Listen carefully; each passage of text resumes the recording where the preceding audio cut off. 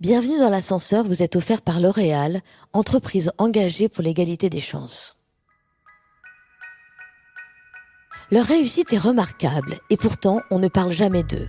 Ces femmes et ces hommes ne sont ni top modèles, ni footballeurs, ni humoristes. Ils sont responsables des ressources humaines, chefs d'entreprise, directeurs commerciaux, entrepreneurs, avocats, médecins.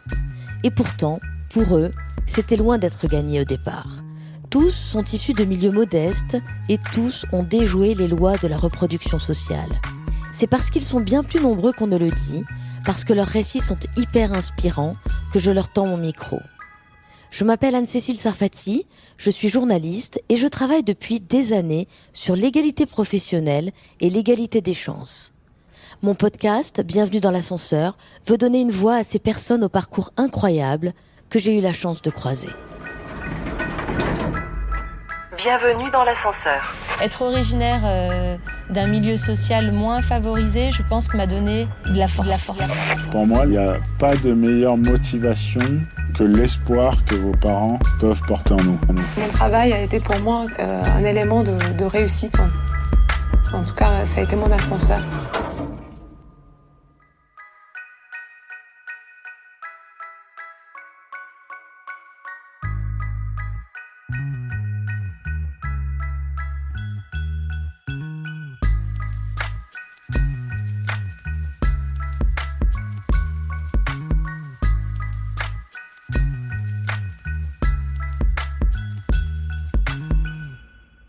Donc bonjour Tayeba, entrons ensemble dans votre ascenseur social.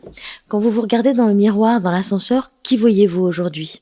Je vois une femme qui s'épanouit petit à petit, une femme qui offre un nouveau visage à l'entrepreneuriat, issue de la diversité. Et je le vois aujourd'hui à travers l'image que je reflète, mais j'ai mis du temps à m'en apercevoir. J'ai 33 ans. Je suis la cofondatrice de Fullsoon. C'est une solution qui utilise l'intelligence artificielle pour lutter contre le gaspillage alimentaire dans le secteur de la restauration. Quand vous démarrez dans la vie, j'aimerais que vous me disiez quel est votre rez-de-chaussée, vous partez d'où ?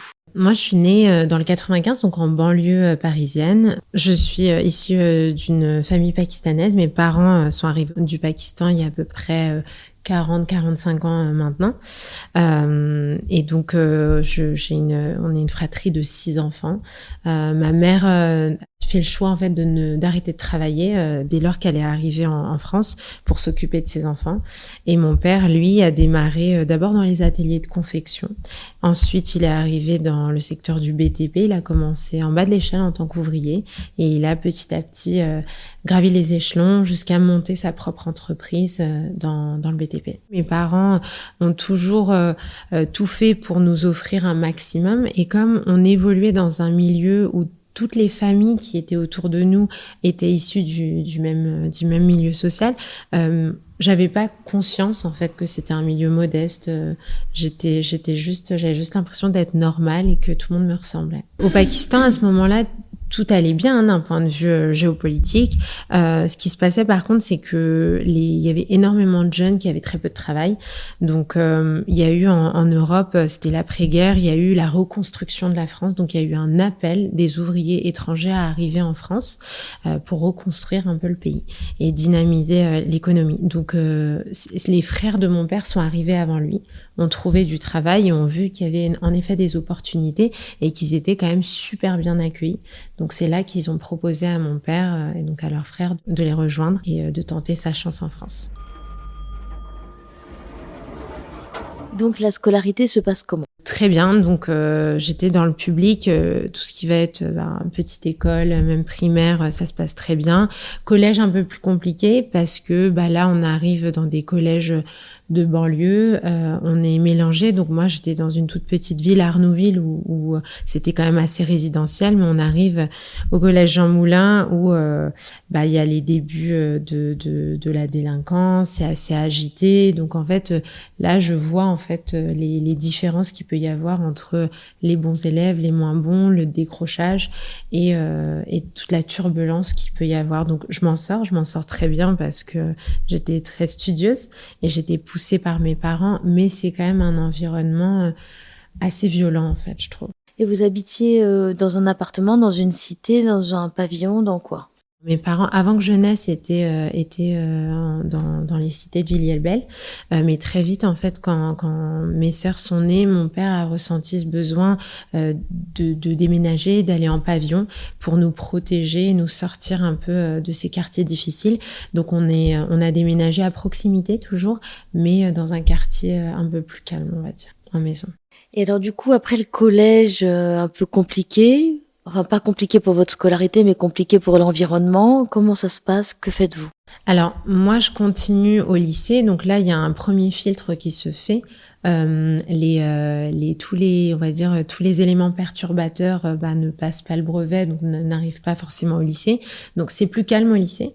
Mais par contre, je ressens le besoin de un peu tirer la sonnette d'alarme et de prévenir mes parents sur ce qui se passait en fait au collège pour que mon petit frère, lui, puisse aller ailleurs et puisse profiter d'un environnement plus agréable et lui offrir un avenir meilleur en fait. Bienvenue dans l'ascenseur. Et c'est votre petit frère avec qui vous êtes associé aujourd'hui? Ouais, c'est avec mon petit frère et ma grande sœur qu'aujourd'hui je travaille. Ouais. À l'époque, est-ce que vous aviez des rêves d'avenir? Ouais, à l'époque, en fait, j'ai l'impression que c'est dans beaucoup de familles le cas. Les familles immigrées, souvent, en fait, il y a que quelques voies de réussite possibles. Donc, on a un peu tous les mêmes, hein, c'est la médecine, ou le droit, hein, devenir avocat, notaire, ma sœur est devenue notaire, ou l'ingénierie. Donc moi, j'avais un premier rêve et j'ai bâti toute mon enfance là-dessus, c'était devenir médecin. Je voulais être neurochirurgien, je voulais aller faire de l'humanitaire en Afrique. Et les choses ne se sont pas du tout passées comme prévu, mais c'était mon rêve d'enfant. J'ai tenté médecine.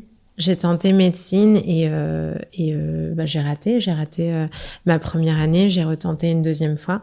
J'ai été classée en tant que sage-femme kiné, mais le numerus clausus voulait que c'était pas possible d'être médecin et moi c'était ça que je voulais, rien d'autre. Donc j'ai choisi une autre option parce que je voulais pas vivre frustrée toute ma vie en voyant des médecins faire un métier dont je rêvais et j'ai choisi d'aller vers l'ingénierie. C'est quoi le déclic finalement qui vous permet d'accéder au premier étage? En fait, je pense qu'il y a eu un vrai déclic au moment où justement je rate médecine et où je repostule à post-bac et j'ai l'INSA Lyon qui est une très bonne école d'ingénieurs post-bac et donc je quitte Paris pour aller à Lyon. Et là, en fait, il y a un premier déclic parce que du coup, je quitte cet environnement. C'est tous mes amis qui sont issus du même milieu que moi et je découvre en fait qu'il y a une vie au-delà de la banlieue parisienne, qu'il y a une vie où des gens du monde entier arrivent pour se connecter à Lyon. C'était vraiment une école internationale et du coup, j'apprends avec eux, j'apprends de nouvelles méthodes de travail, j'ai une ouverture d'esprit que je n'avais pas eu jusqu'à présent. Je fais un stage en Chine à 18 ans, donc c'est 15 ans en arrière, on ne parlait même pas d'aller voyager en Chine. Donc c'était des grandes premières pour moi et j'ai vraiment l'impression à ce moment-là de devenir quelqu'un de différent. Bienvenue dans l'ascenseur. Et vos parents, ils avaient les moyens de vous payer le séjour en Chine pendant vos études? Alors, pour le coup, je pense que mes parents l'auraient fait, mais je ressentais le besoin, moi, de me débrouiller toute seule. Parce qu'en fait, il y avait cette peur de l'échec et de me dire que si en plus, ils ont payé pour moi, pour m'offrir ça, et j'échoue, on va dire le poids de la culpabilité est encore plus important. Je venais de rater médecine, je voulais pas encore rater quelque chose et avoir cette pression supplémentaire. Donc en fait, j'étais boursière et je me débrouille avec ma petite bourse. Et mes parents me demandaient sans cesse, est-ce que ça va, est-ce que tu as besoin? Et non, tout va bien. Et je me débrouillais avec ma petite bourse. Je faisais des petits boulots. Après, c'était plus pareil. Je voulais pas avoir je voulais vraiment me concentrer sur mes études. Donc, c'était du soutien scolaire. C'était ce genre de choses qui me permettaient un peu d'arrondir les fins de mois. Et alors, quels sont les gens que vous avez croisés qui vous ont aidé? Alors, il y en a eu deux en particulier. Le premier, c'était Monsieur Lévy. parce que c'était le premier à nous avoir donné notre chance. Quand Donc Maurice Lévy. Ouais, Maurice Lévy, ancien président de Publicis. En gros, on rêvait avec mon frère et ma sœur de travailler un jour ensemble. Donc ma sœur est notaire de formation, Hassan est data scientist et moi j'étais ingénieure dans les énergies renouvelables. Et donc on savait pas trop sur quoi on voulait travailler à ce moment-là. Hassan a le projet de Full Soon, donc de réduire le gaspillage alimentaire dans le secteur de la restauration. On monte un petit pitch deck et on va présenter ça à quelques incubateurs, sauf que personne nous prête grand intérêt. Mais ça, c'est juste après vos études, votre diplôme? Non, en fait, après mon diplôme d'ingénieur, j'ai continué mes études. J'ai fait un master en commerce et management international parce que je voulais cette casquette business. J'avais travaillé pendant mes études d'ingénieur et je m'étais aperçue que les bureaux d'études, faire de la conception, c'était pas forcément pour moi.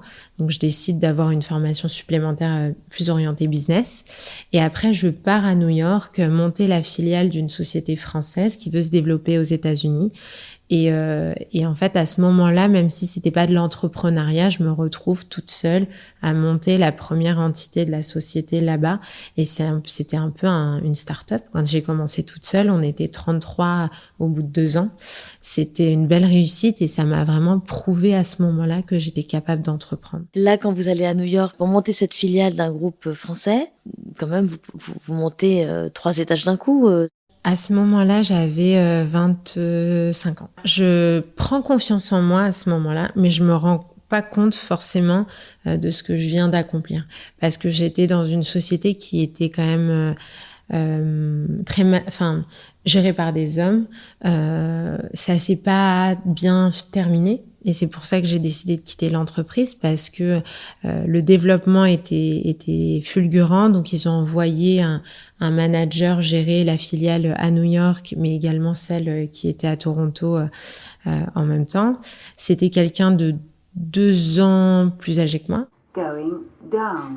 Donc en fait, vous voulez dire qu'au bout de 2 ans après vous avoir confié l'ouverture de la filiale de New York, on vous a coiffé tout d'un coup de quelqu'un d'autre. Ouais, exactement. Et donc là, je me rends compte que non, il y a un plafond de verre, que il y a une réalité qui fait qu'on me fait pas forcément confiance, qu'on me demande, on me félicite de mon travail et on me propose de tout recommencer ailleurs. On me propose d'aller en Suède ouvrir une nouvelle filiale et du coup là, pour moi, c'est super difficile parce que je comprends pas. Je me dis que j'ai fait un travail, j'ai tout donné pendant 2 ans et au lieu d'avoir une promotion, en fait, de passer manager ou directrice, on me demande de tout recommencer, rester au même niveau, mais de tout refaire ailleurs. Et limite de préparer le terrain pour un manager pour quelqu'un d'autre qui va venir diriger le truc une fois qu'il sera construit. J'ai pas du tout l'impression d'évoluer en fait. J'apprends, je prends confiance en moi, mais j'ai pas du tout l'impression que je gravis des échelons. J'ai l'impression de stagner et que mon travail n'est pas récompensé à sa juste valeur. Et c'était important pour vous de gravir les échelons, comme vous dites? Ouais, parce que j'ai toujours été donc très studieuse, mais aussi très carriériste. Donc pour moi, je me disais, il fallait que je réussisse. Donc si la réussite, ça passait d'abord par un diplôme, donc être médecin, avocat ou ingénieur, donc pour faire plaisir à mes parents, mais c'est aussi quelque chose dont je m'étais convaincue moi-même. Et après, derrière, il fallait être directeur, il fallait être gradé, il fallait avoir des responsabilités pour avoir pour parler franchement, pour avoir un statut social et avoir ces titres de noblesse. Donc, vous avez débarqué à New York à 25 ans? À 25 ans, oui. Bienvenue dans l'ascenseur. Pour monter une filiale. Ouais. Et là, vous connaissiez des gens, vous aviez des repères, comment vous vous êtes débrouillée? J'étais complètement perdue. La seule chose, c'est que ma sœur, une de mes sœurs aînées, était aux États-Unis depuis presque 10 ans à ce moment-là. Donc, je lui avais rendu visite à de nombreuses reprises. Donc, les USA, je connaissais. Mais elle était où? Elle était en Floride à ce moment-là, Miami. Donc, New York, j'y étais jamais allée. J'y suis arrivée, j'étais toute seule, hein, mais après LinkedIn a été mon meilleur ami. J'ai regardé en fait les alumni de l'INSA Lyon, les alumni de l'université Assas où j'étais passée, pour voir s'il y avait pas des Français qui s'étaient expatriés là-bas. Et en fait, mon premier cercle d'amis, ça a été eux, les anciens alumni de mes écoles. Et vous êtes resté finalement 2 ans? 2 ans, et je suis partie, mais parce que les choses se passaient mal. Sinon, je serais restée très très très longtemps encore à New York. Je m'y plaisais énormément.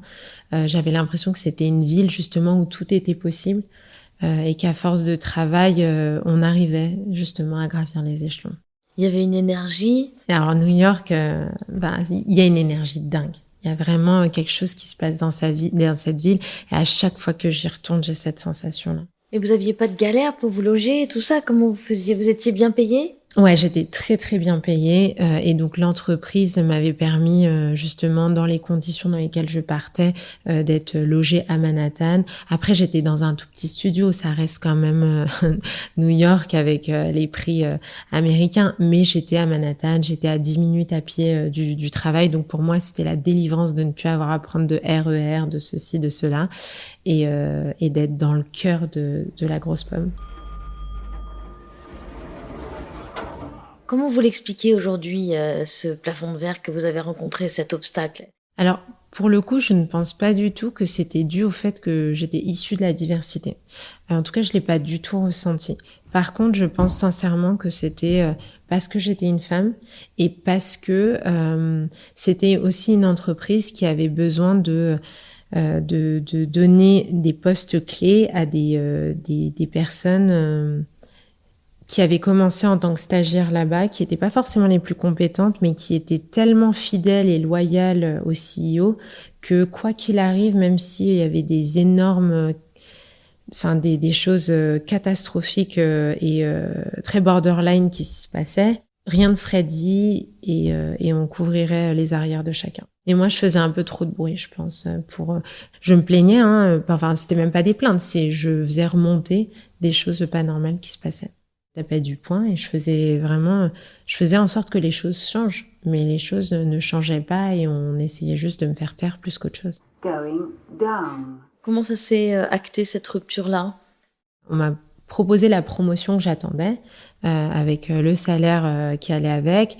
Donc j'étais ravie. La personne qu'on avait envoyée pour me manager, lui n'était pas ravi du tout, parce qu'en fait, il savait que ça allait être très compliqué de travailler avec moi, et qu'en fait je volais la vedette, hein. Il parlait très mal anglais, donc c'est tout le temps moi qu'on mettait en avant pour négocier des contrats ou autres.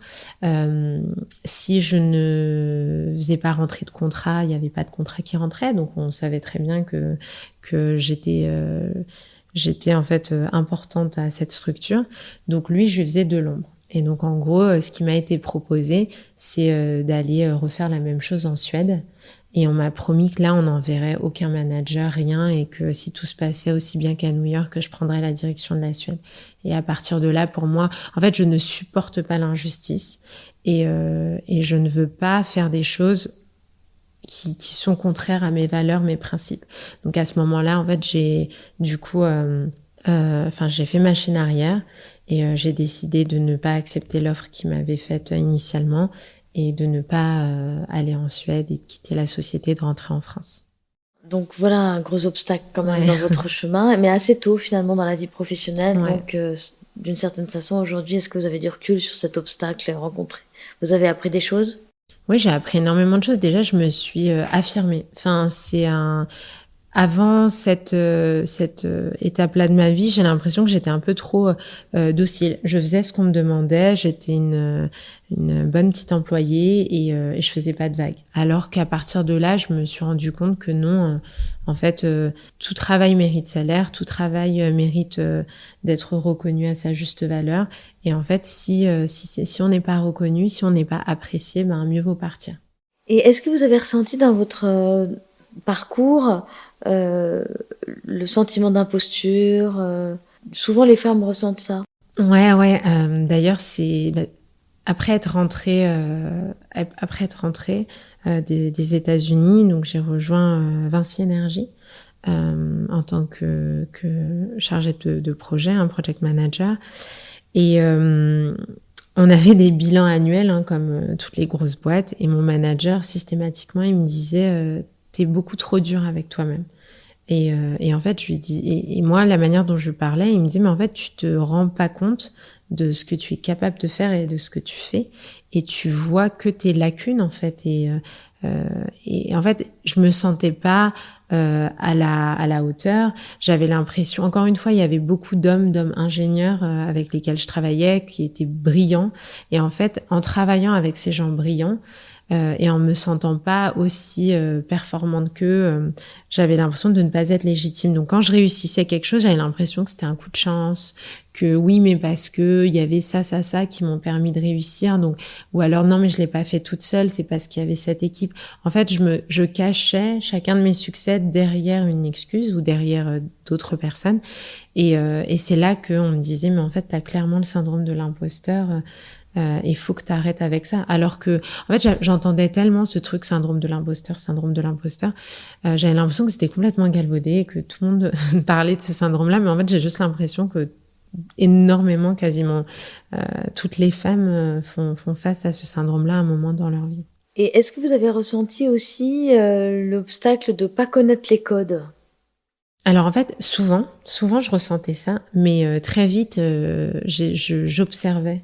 En fait, c'est comme si en arrivant quelque part, je savais déjà, ok, ce n'est pas mon milieu, je ne connais pas les codes, je ne sais pas comment il faut faire, mais il faut que j'apprenne très vite pour que personne s'en aperçoive. Et donc en fait, dès les premiers jours, j'observais énormément et j'imitais. Donc j'apprenais des autres. Et c'est pour ça que pourtant je suis quelqu'un de plutôt extraverti, mais au départ, quand j'évolue dans mes différents jobs, dans ma carrière professionnelle, je suis plutôt discrète au début, en retrait, parce que je veux pas qu'on se moque de moi ou je veux pas que on se dise j'allais dire les étrangers, mais en fait non, on est français, mais les personnes issues de l'immigration, elles savent pas faire, elles savent pas parler, elles savent pas se comporter, elles savent pas elles connaissent pas les codes, quoi. Souvent, quand on prend l'ascenseur social, on rencontre des épisodes d'ascenseur émotionnel liés justement au fait que on passe d'un milieu à un autre, milieu familial d'origine, social d'origine, et puis on accède à un milieu différent. Est-ce que vous connaissez ces moments d'émotions un peu exacerbées, compliquées ? Alors, c'est pas compliqué, mais c'était plus surprenant, dans le sens où, en fait, on a l'impression d'avoir cette double vie, d'être à un event Forbes un soir et de se retrouver à gérer des choses de son quotidien, des problèmes qu'il peut y avoir, et on se dit qu'il y a un énorme décalage entre la vie qu'on mène d'une part et la carrière qu'on essaye de se construire, et les difficultés des fois qui peuvent être liées au milieu d'où on vient. Pour donner un exemple un peu plus concret, avec mes frères et sœurs, on est investis en fait dans une association, c'est Au cœur de la précarité, qui distribue des repas lors de maraudes à Paris. Donc mon petit frère, lui, ça fait près de 10 ans maintenant qu'il est dans cette association, et donc c'est une association qui est à Saint-Denis. Et en fait, on se rend compte qu'on a une vie grâce à notre travail, on côtoie certains milieux. On avait assisté par exemple à la remise de la Légion d'honneur de Maurice Lévy à l'Élysée. Donc on côtoie des gens qu'on voit à la télé. Et en fait, le lendemain ou le soir, on est là et c'est la misère du quartier d'où on vient, en fait. Et on a l'impression d'être complètement déconnecté entre ces deux réalités, mais ces deux réalités qui font partie de votre vie, en fait. Et le fait que vous soyez engagé avec vos frères et sœurs dans ces associations contre la précarité, est-ce que c'est pour vous le moyen de renvoyer l'ascenseur ? Alors, il y a plusieurs choses. La première raison pour laquelle je pense qu'on s'est tous engagés très vite dans l'associatif, c'est que malgré le milieu d'où on vient, on avait l'impression d'être quand même privilégiés. parce que nos parents ont toujours tout fait pour nous offrir le meilleur avec les moyens dont ils disposaient à ce moment-là. Donc en fait, c'est aussi pour essayer de rééquilibrer les choses d'une certaine manière et de donner à ceux qui n'ont pas eu la chance qu'on a eue. Et d'une autre manière, en effet, c'est se dire que c'est pas parce que nous, on évolue et que on réussit, après chacun a sa définition de la réussite, mais que à notre sens, en tout cas, on réussit, qu'il faut oublier en fait ceux qui sont encore là-bas. Bienvenue dans l'ascenseur. Et vos parents, ils en sont où aujourd'hui? Mon père est retraité depuis quelques années maintenant. Ils sont entre le Pakistan et la France parce qu'ils profitent maintenant de pouvoir voyager davantage. Ils sont très fiers des diplômes qu'on a pu obtenir dans un premier temps et ensuite de voir en fait que forcément quand mon père nous voit à la télé sur BFM Business ou quand il voit des photos de nous en train de parler au président Macron, forcément pour lui c'est ces titres de noblesse dont je parlais tout à l'heure. Pour lui, c'est une fierté en fait de voir ses enfants évoluer dans un milieu dont lui ne venait pas. Et comment vous vivez dans la vie personnelle? Vous habitez où? Vous êtes mariés? Vous avez des enfants? Comment ça se passe? Alors, je ne suis pas mariée, je n'ai pas d'enfant. Pour le coup, dans notre trio, mon petit frère et ma sœur, eux, sont mariés et ma sœur a des enfants.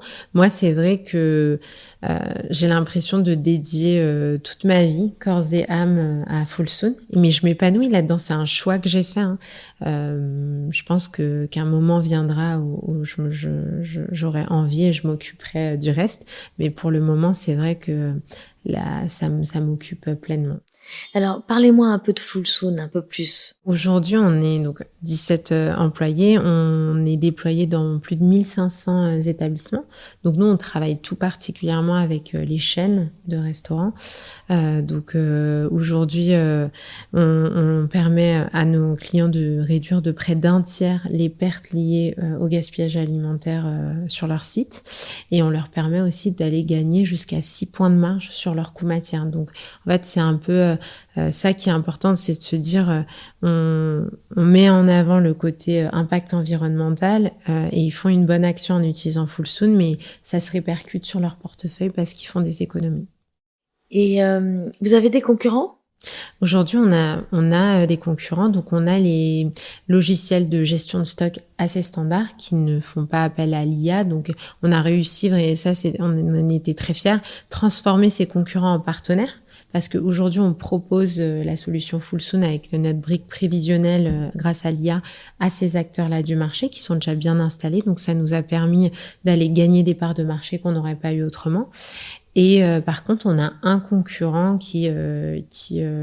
avec qui on joue des coudes. D'accord. Et vous avez levé des fonds? On a fait une première levée qu'on a finalisée récemment. Est-ce que vous avez vos solutions à vous ou celles de votre frère ou de votre sœur pour réconcilier les deux mondes? Alors il y a bien sûr l'engagement, vous en avez parlé, votre monde d'origine et puis votre monde d'aujourd'hui.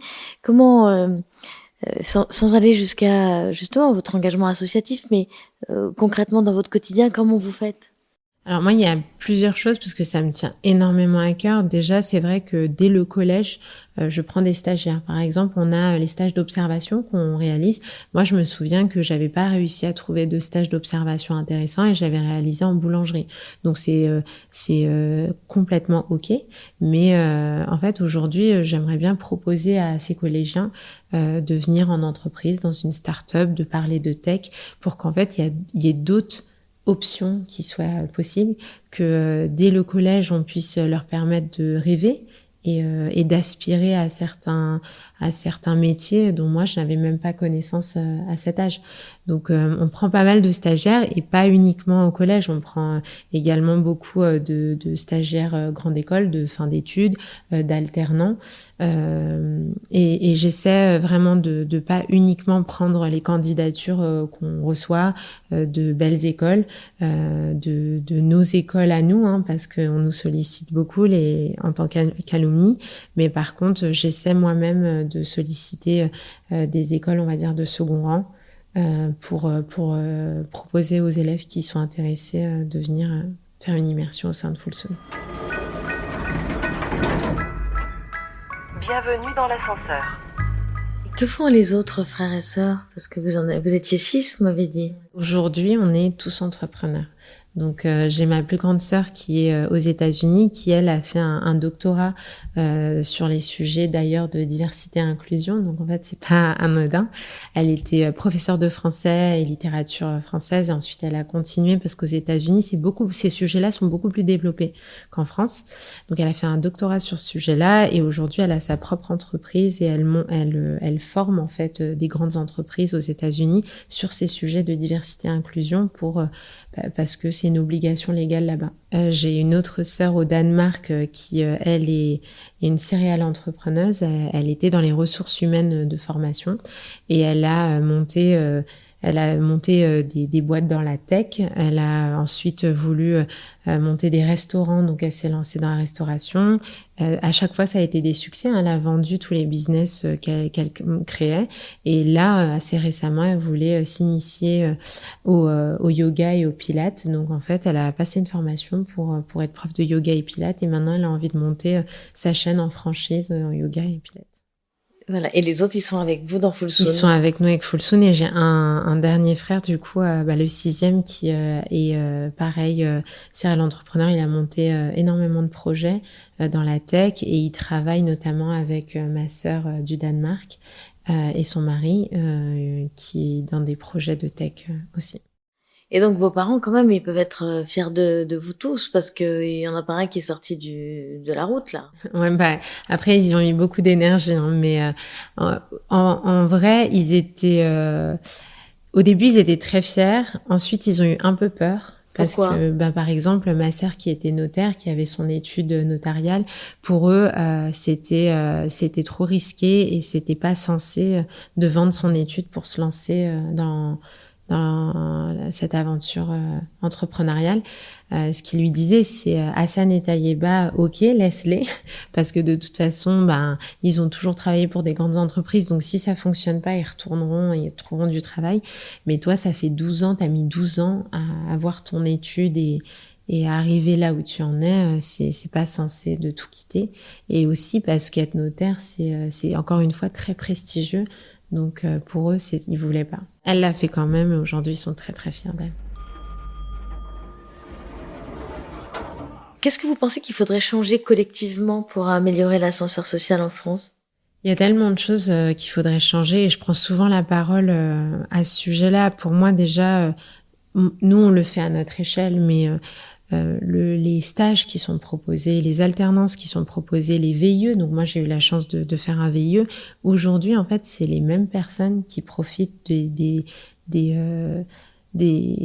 offres les plus intéressantes. VIE, vous pouvez en reparler? Ouais, bien sûr, c'est peut-être qu'il y a des jeunes qui nous écoutent et qui savent pas ce que c'est un VIE. Ouais, bien sûr, c'est le volontariat international en entreprise. C'est un programme que propose Business France à des jeunes, donc à mon âge, c'était jusqu'à la veille de ses 29 ans, mais je suis plus sûre que ce soit les mêmes conditions, de pouvoir partir à l'étranger avec une indemnité, une subvention de l'État pour travailler pour un groupe français qui serait présent à l'étranger. Donc aujourd'hui, en fait, il y a c'est complètement truqué parce que ce qu'il y a, c'est que c'est des grands groupes sans les citer, mais des entreprises du CAC 40 qui proposent des VIE sur leur plateforme parce qu'ils sont obligés de le mettre sur leur site. Mais ces VIE sont déjà pourvus en interne. Donc en fait, c'est des stagiaires de Suez, des alternants de Suez, par exemple, qui vont profiter des VIE disponibles. Et en fait, ça donne juste l'impression à toutes les personnes que je côtoie, qui ont postulé à ces VIE et qui n'ont jamais eu de réponse, qu'en fait, malgré leur diplôme, ça ne suffit pas et qu'ils ne peuvent pas profiter de ces opportunités. Et c'est grâce à ces opportunités qu'on a une certaine ouverture d'esprit, qu'on développe son réseau, qu'on évolue avec des gens qui sont différents de nous, qu'on part à l'étranger et qu'on développe des compétences linguistiques ou autres, et qu'on peut se prétendre à un avenir meilleur. Donc pour moi, il y a tout un système déjà qu'il faut C'est un peu de changer. l'entre-soi donc, que vous dénoncez. C'est complètement de l'entre-soi. Et d'ailleurs, j'ai eu la chance de rencontrer la direction Monde de Business France, et c'est un sujet que j'ai fait remonter. Parce que pour moi, ils veulent promouvoir aujourd'hui les VIE dans les banlieues. Mais en fait, avant de vouloir promouvoir ce système-là, il faut dès le départ les bases, venir les assainir et s'assurer en fait qu'on est sur un pied d'égalité. Mais en fait, je parle même pas d'égalité, une certaine équité entre chacun des candidats, parce que aujourd'hui, c'est difficile, par exemple, pour les jeunes de banlieue de prétendre à des stages dans le monde du luxe. Et je le sais parce que j'ai tenté ma chance en fait. Et les maisons de luxe ne regardent pas les personnes qui ne répondent pas à leur grille. On regarde les écoles, on regarde les quartiers, on regarde tout ça. Et en fait, du coup, on ne laisse pas la chance à ceux qui ont suivi des parcours un peu différents de prouver ce qu'ils valent, alors que c'est des gens brillants. Vous avez croisé des obstacles dans votre ascension sociale, quels sont-ils ? Moi, j'ai énormément de mal à parler de racisme parce que je pense que c'est quelque chose que je ne veux pas accepter. En fait, je refuse de me dire qu'en tant que Française, en étant fière d'être Française, en fait, les gens sont racistes. En fait, j'ai l'impression que c'est des biais. Les investisseurs aujourd'hui sont des hommes blancs avec des cheveux blancs et ils ont envie d'investir, ils sont rassurés en investissant dans des profils qui leur ressemblent. Donc typiquement en fait, nous on a vu passer des boîtes où on est parti faire des présentations, on est parti faire des interventions dans des grandes écoles de commerce très prestigieuses.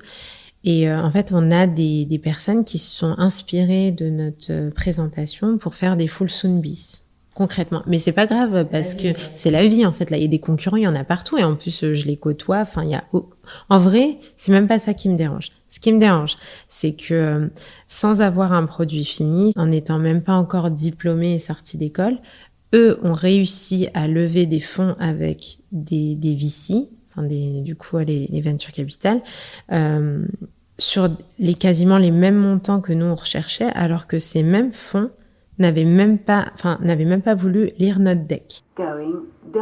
Et comment vous expliquez ça ? Est-ce que c'est des étudiants de grandes écoles, de ESCP, de HEC, de ESSEC, et parce que c'est des hommes blancs, et parce qu'en fait, les investisseurs sont des hommes blancs issus de même école. Donc en fait, c'est plus un sentiment où ils se disent, je pense pas qu'il y ait du racisme dans la manière dont on nous voit, c'est plus des biais où on se dit, vu leur profil, ils sortent de nulle part, ils ont jamais entrepris, leur père, leur mère n'étaient pas entrepreneurs, c'est pas le fondateur de Duolingo, de Trouve ton prof, de quoi que ce soit. Donc ils savent pas faire ces personnes sans intérêt. Il doit pas y avoir beaucoup d'intérêt. La foodtech, c'est un milieu saturé. J'ai vu passer plein de boîtes dans la foodtech, laisse tomber. Alors que quand on voit des jeunes sortis de ces grandes écoles de commerce qui entreprennent, dont le père ou la mère a été une des entreprises les plus successful en France, on leur accorde plus d'intérêt, et parce qu'ils sont aussi présentés par les bonnes personnes en fait. Aujourd'hui, nous, quand on a des mises en relation. On a, grâce à l'Escalator, grâce à beaucoup de personnes qu'on a rencontrées très bienveillantes, on nous présente. Mais en fait, on nous présente aussi souvent avec cette étiquette de start-up qui vient à partir d'un programme issu de la diversité ou banlieue ou machin. Donc en fait, dès le départ, on est présenté, on est mis dans des cases avec des étiquettes. Donc en fait, on nous voit pas différemment. Et c'est très très dur de sortir de ce cadre-là. Et par contre, quand on est parti aux États-Unis, pitcher devant des investisseurs américains, là on s'est aperçu mais que ça n'avait rien à voir. En fait, on a pitché une fois, pourtant ça reste de l'argent, ils sont pas du tout dans la charité, donc leur argent pour moi, même s'il y a plus d'argent aux US qu'en France, un investissement, un sou reste un sou. Et en fait, ils ont adoré notre pitch et tout de suite en fait ils nous ont dit ok, on veut en savoir plus, on commence un process et on nous a montré beaucoup plus d'intérêt qu'on nous a montré, qu'on en a reçu en France. Donc, en fait, là, si on met le doigt sur ce sujet-là, je pense que là, j'ai des choses à dire parce qu'en fait, j'ai du vécu. Mais je peux pas parler de racisme parce que j'ose espérer que c'est pas du racisme, en fait. Quel conseil vous donneriez aux jeunes qui veulent prendre l'ascenseur? Alors, en fait, de parler. Parce qu'en fait, ce dont je me suis rendu compte en commençant Full Saône et en rejoignant l'escalator, c'est que si on ne parle pas, si on ne demande pas, et si on ne dit pas les choses dont on a besoin, on ne sera pas aidé. Et en fait, c'est en continuant de répéter, de marteler le même message, de demander la même chose à plusieurs personnes, qu'on va finir par tomber sur quelqu'un qui va pouvoir nous aider, nous mettre en contact avec la bonne personne et tout va se débloquer. Moi, c'est vraiment l'impression que j'ai eue, c'est de me dire que on a l'impression qu'on sème des graines un peu partout, qu'il n'y a rien qui prend, qu'on rame, mais c'est un contact, une personne qui va venir débloquer la situation et c'est tout le travail en amont qu'on aura fait, où on aura réussi en fait à se faire connaître et tout va prendre d'un coup et tout va se débloquer. En fait, moi, c'est même pas ça m'énerve, mais ça me fait de la peine parce que quand je vois les nouveaux entrepreneurs, en fait, c'est parce qu'ils ne réussissent pas à aller là où ils veulent aller, en fait, que derrière, en fait, ils prennent ça pour une excuse, alors que c'est pas une excuse, c'est une difficulté, parce qu'il y a ces biais, il y a cette réalité qui fait que c'est plus difficile pour nous. Mais en fait, j'ai envie qu'ils aient ce message et cet espoir de se dire, ok, je vais faire 2 fois plus d'efforts, mais je vais faire encore mieux. Et je vais aller aussi loin qu'eux. Et en fait, derrière, je vais aider tous ceux qui suivent. Parce qu'en fait, moi, c'est Delphine Rimi-Boutang qui avait dit ça. Elle disait, je refuse que les prochaines générations connaissent les mêmes difficultés que nous, on a connues. En fait, il faut qu'on pave la voie pour les prochains. Et c'est tellement vrai, ça a résonné en moi parce que je me dis, on va pas continuer à perpétuer les mêmes erreurs et laisser les autres galérer parce que nous, on a galéré. Donc, il faut en parler. Il faut qu'ils aient les armes pour pouvoir affronter cette difficulté, mais qui se positionnent pas comme victimes et qui se positionnent plus comme des entrepreneurs qui visent l'excellence, qui vont être excellents et qui vont réussir. Bienvenue dans l'ascenseur.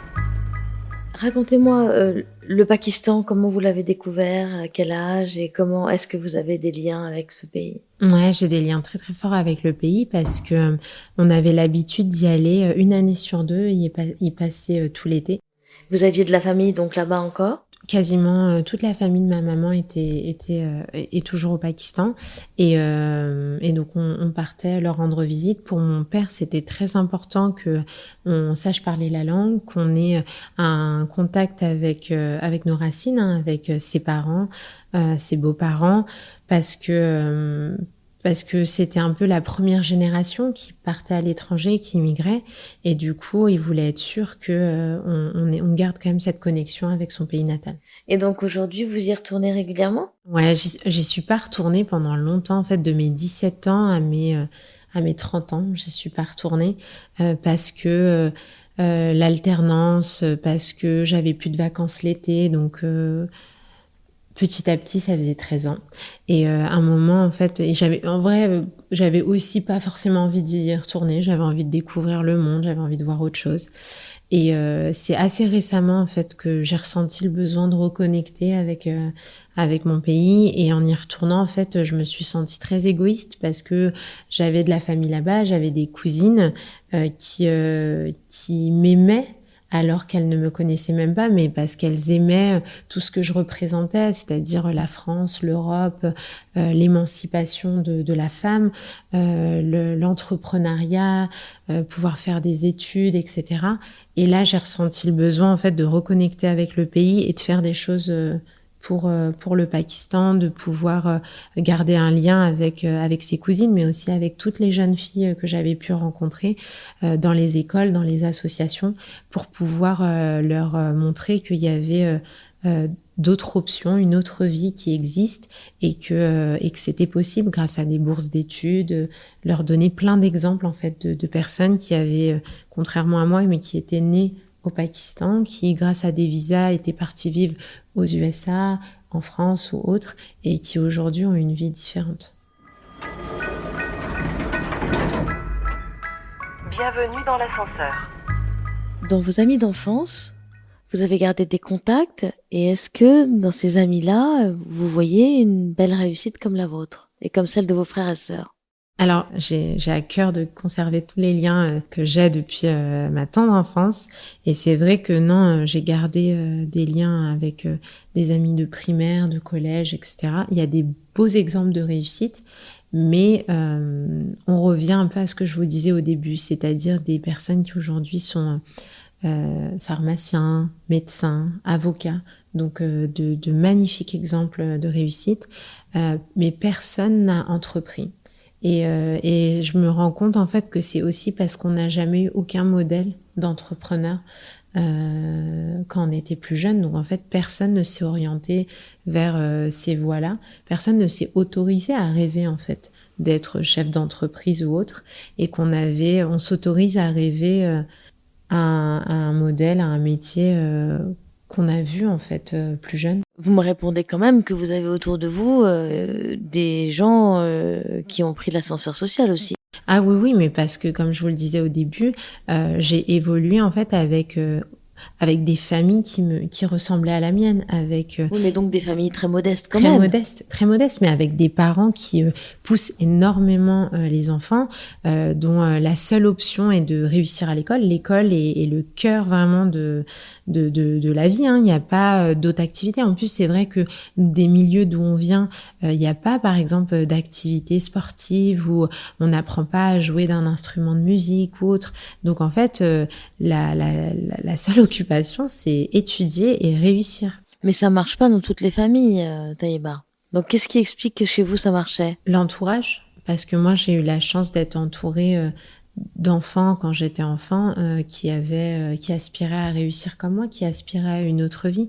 Vous étiez dans une communauté pakistanaise, d'origine pakistanaise, ou bien c'était tout type d'origine? Non, j'ai très très tard dans ma vie commencé à côtoyer la communauté pakistanaise. Autour de moi, j'avais beaucoup d'amis turcs, des amis marocaines, mais pas du tout pakistanaises. Mais c'était la même vie en fait. Au final, quand on se racontait nos histoires, on avait tous la même vie. Et donc avec des parents très exigeants. Très très exigeants, oui. Et je pense que c'est aussi parce que nos parents n'avaient pas eu la chance, eux, de faire de longues études, de s'autoriser à rêver d'une autre vie. Eux, le rêve qu'ils avaient pour nous, c'était autre chose que ce qu'ils ont vécu.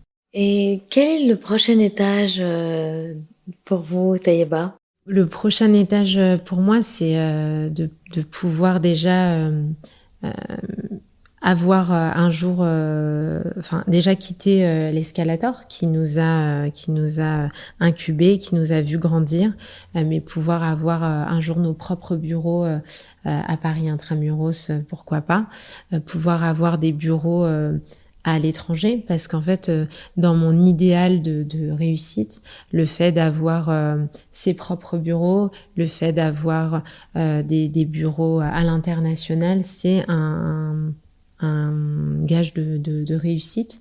On s'élève au rang des entreprises qui, avant nous, ont réussi de la même manière. Et donc, pour moi, ça serait aussi la possibilité d'être au niveau de ces entrepreneurs que j'admire énormément et dont j'admire la réussite. Très bien, merci beaucoup Tayeba. Merci beaucoup Anne-Cécile.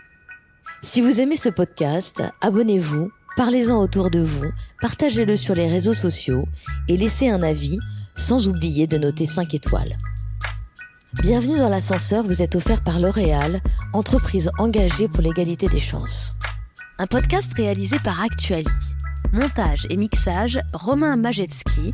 Musique, Kevin O'Leary.